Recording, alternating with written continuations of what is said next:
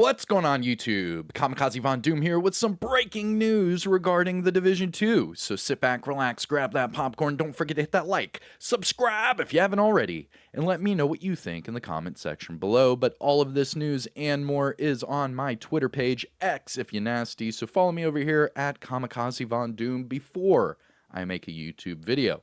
But this was just posted from the developers, and yes, we have PTS Phase 2 news.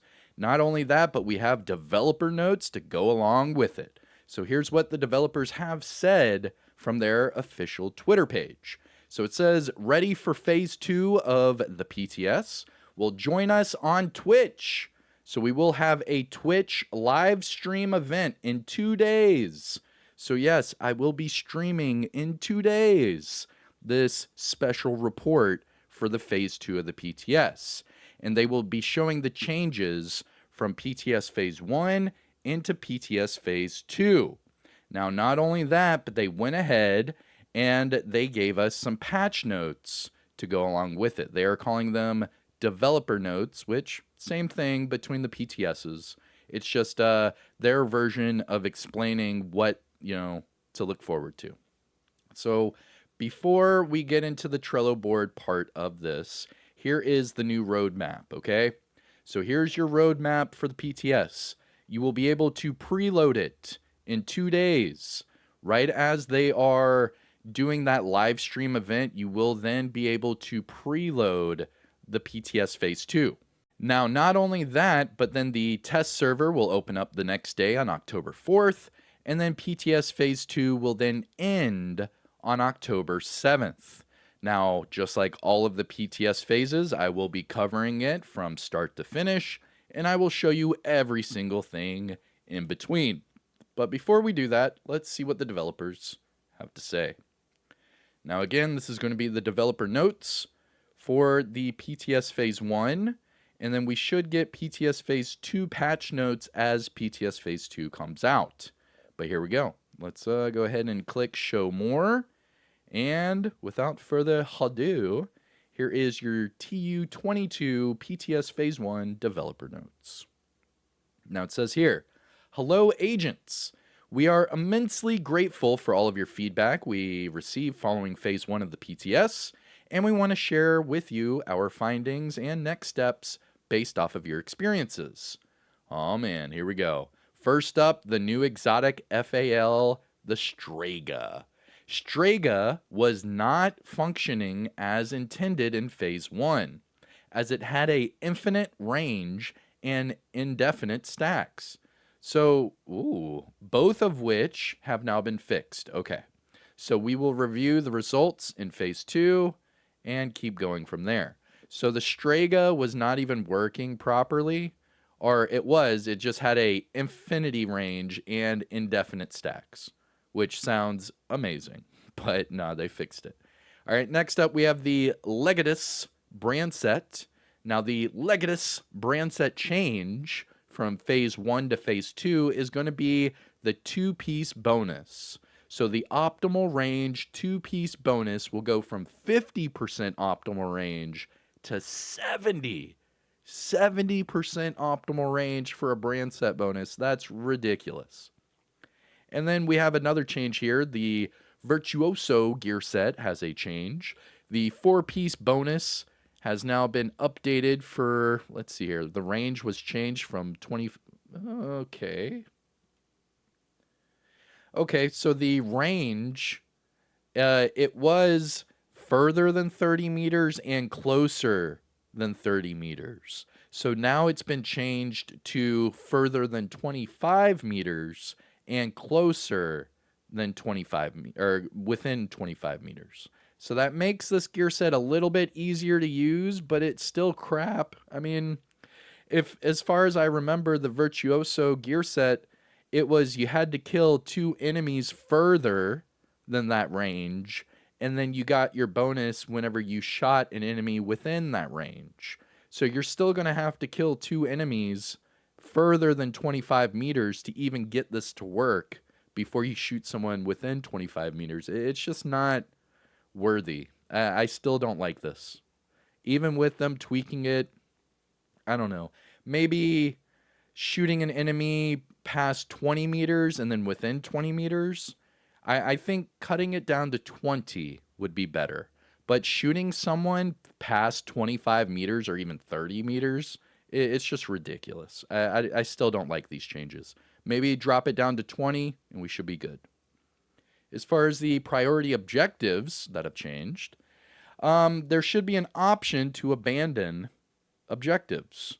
So you will be able to abandon a priority objective. And it says here, we have implemented an abandon feature to priority objectives as a way for you to skip activities you are not interested in. Plus, we have removed some of these objectives that we are holding up progress because they were limited and couldn't be completed quickly, i.e. the settlement block has been removed. Got it. Now it says here seasonal modifier changes, okay? UI issue with range dependencies for the coding modifier. The description was incorrect and misleading, so we updated it. There wasn't any connection between the color and functionality. Now the icons will change colors depending on the range from which you are from the enemy. Must be taken down. Oh.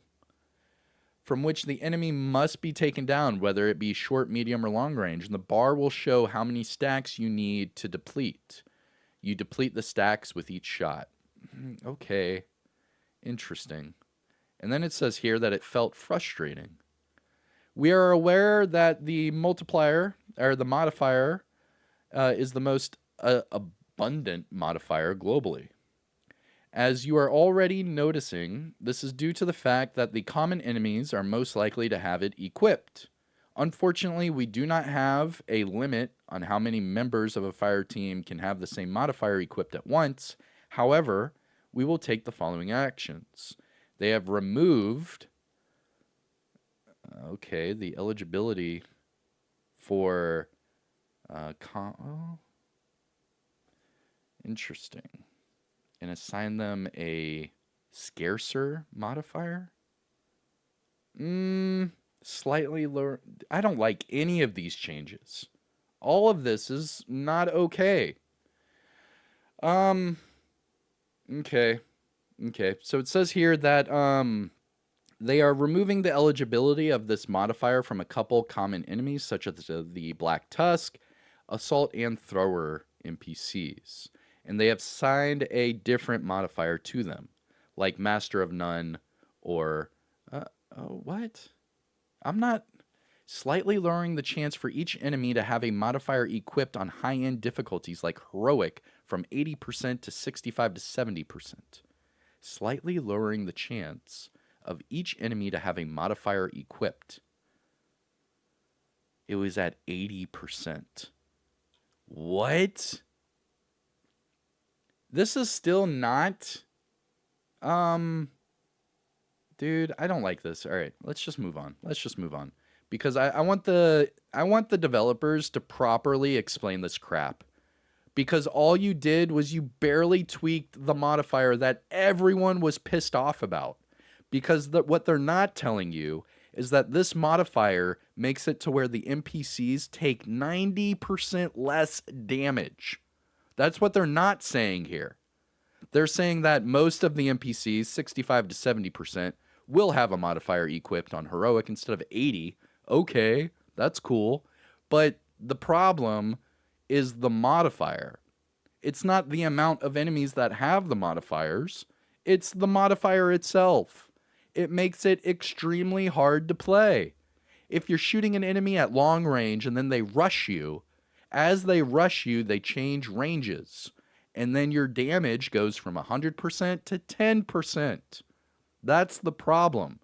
I thought I explained this properly during the PTS. I'll explain it even more during Phase 2 of the PTS. But my biggest problem with the entire Season 2 rollout was that the hostiles have these modifiers that are completely overpowered. They hit you harder, they take way less damage, and it's hard for you to keep that distance if they're going to rush you. So say you're shooting an enemy at mid-range, and then they run away from you. All of a sudden, it's long range. You can't hit them as hard. So then you have to rush them and get them back to mid-range. Or if you had them at mid-range and then they rush you, it becomes short range. And then you're screwed. I still think that they should take away the modifiers on the NPCs. It makes it so damn hard. And I'm saying that. If I'm saying that, and Yannick kept dying during the live stream, during the PTS, it is a known fact that these NPCs and their modifiers are overpowered. So, I mean, yeah, giving it to less of the NPCs, okay, that's cool. But the problem was the modifier, not the amount of NPCs that have it. It's the modifier itself. That's the problem, is that these hostiles, NPCs, they all carry 4 hostile modifiers, where an agent will only get the 1 modifier at the start of each season, and then they have to sit there and grind out all the other modifiers to make themselves stronger. While the NPCs right out the gate are way buffed up, and they are bullet sponges now because of these modifiers. I don't know. I'm not a big fan of this part. The whole seasonal modifier part of this, I'm not happy. Moving on, balancing. Weapons and talents, Sledgehammer and Mosquito Song. Since a lot of players weren't happy with the changes to Sledgehammer, we're going to switch it back. Yes! Thank you. Hold up. However, Mosquito Song will still keep its updated talent. Good. Here's how the damage to armor debuff will look. So Sledgehammer will now give you a 15% damage to armor. Perfect Sledge will give you a 20% damage to armor. And the Mosquito Song will give you 25% damage to armor. Both Sledgehammer and Mosquito will now have a team-wide buff. Oh my god. Oh my god. So that means now we'll be able to use Perfect Sledge and the Mosquito. OMG. This is ridiculous. Oh, that's a really good change. I like that a lot. All right, moving on. St. Elmo's Engine. The Phase 1 nerf was minor, as the M4 that the Elmo is based on is getting a damage buff, which will also enhance the Elmo. We hear your complaints that the negative 10 rounds nerf will be reverted. Hey! They fixed the St. Elmo's back too. Look at that. Let's go. Let's go. I like that. So they switched Sledgehammer back. They switched the St. Elmo's back. And they made the Mosquito Song talent work with Sledgehammer. And both of them are team-wide buffs. This is all good. And the St. Elmo's is getting a buff because the M4s are getting a buff. This is good. These are all good. Let's see here. Ouroboros. If you compare the Ouroboros to other exotics, including the St. Elmo's Engine, you'll see how much more overpowered it is. To achieve balancing, it is needed a significant adjustment. Okay. Similar to the St. Elmo's Engine, the negative 10 rounds nerf will be reverted. Yes! Yes! Oh, but they're lowering the RPM even further. Ah, okay.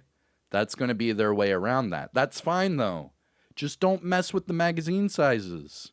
That's what made those exotics so special. So reverting that, the Ouroboros is back, but it's going to have an even lower RPM. I believe the 1250... let me know if I'm wrong, but I'm pretty sure the 1250 might be right there in line with the Vector now. Pretty sure. Because it was, what, like 14 or 1600, something crazy. So them dropping the RPM down to, right around the Vector and then just making it, the exotic version with a higher magazine size, that's good. Very good. So the Ouroboros is not losing its 10 rounds. The St. Elmo's Engine is not losing its 10 rounds. The Perfect Sledgehammer is not going to be nerfed. It will still be a team-wide buff. These are all really good changes. Let's see here. Obliterate. See how much longer we can be happy. Obliterate. We agree that dropping from 25 to 17 stacks was too much of a nerf. Yes! So we're going to 20. Okay, I mean, that's fine. Whatever. That's a 5% nerf. Okay. So you went from 8% nerf to 5% nerf. Whatever. It's better, kinda. I mean, I didn't like the 17 stacks. I thought that was ridiculous. So 20, whatever. That's fine. I mean, these are all good changes. It sounds like they were listening to us. All right, let's keep going. What was that last one? Striker? Oh, okay, right here, Striker. Yo, they put the Striker. Oh, man. We saw a few mentions of players being happy with the Striker changes, and we need to mention that only the backpack will be changed. The main functionality of the 4-piece is still going to be the same, and it's just as powerful. However, in Phase 2, the value of the backpack will be brought up to 9. So, just to give you a little incentive there, so the 30% nerf is now a 20% nerf. So instead of it being 170 total, it's going up to 180 total. So that's really not bad. Striker is still going to be the meta because they just increased it. I mean, it's right back. So Striker will still be a meta. Obliterate is still going to be very strong. The Ouroboros is still going to be a meta. The St. Elmo's engine is still going to be a meta. I am so excited to test out the Mosquito song with Perfect Sledgehammer in the incursion. Have one person run Perfect Sledge, have another person run the Mosquito song. That's going to be ridiculously strong. All of these changes are really, really good. I love it.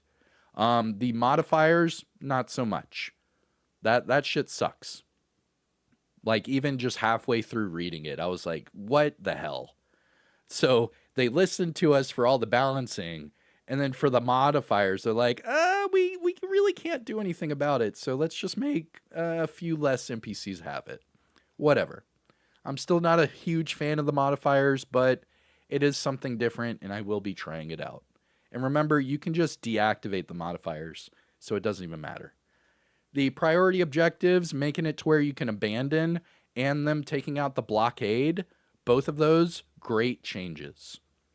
The Strega, them fixing it, whatever, we'll test it out. The 2-piece change to the Legatus was okay. I'm still not going to use it because optimal range is neither here nor there for most of my gameplay. And Virtuoso, fixing that talent, it's not really a big fix. I think it should be lowered even further from 25 meters to 20. But overall, these are really good changes. Hell yes. This is good. Very good. Now, not only that, but we can preload it in 2 days. We will have a live stream in 2 days. And we will have the PTS Phase 2 this weekend. These are a majority all good things. I'm not too happy about the modifiers. I just wish they would get rid of the modifiers for the hostiles because it's ridiculously strong. It really is. And I'll test that even further in Phase 2. But all right, so we will have a live stream at 9 a.m. So we'll probably be live way earlier on October 3rd. And then we will be doing the PTS this weekend. These are all good things. And that, my dear friends, is going to be your news update for today involving the Division 2. So I hope you enjoyed. Hit the like, subscribe, you know the whole YouTube spiel. And this is all on my Twitter page, X, if you nasty. So just remember, follow me over there at Kamikaze Von Doom, and you can get all of this news before I make a YouTube video. But all right, everyone, I hope all is well, and I will see you in the next one. Peace out.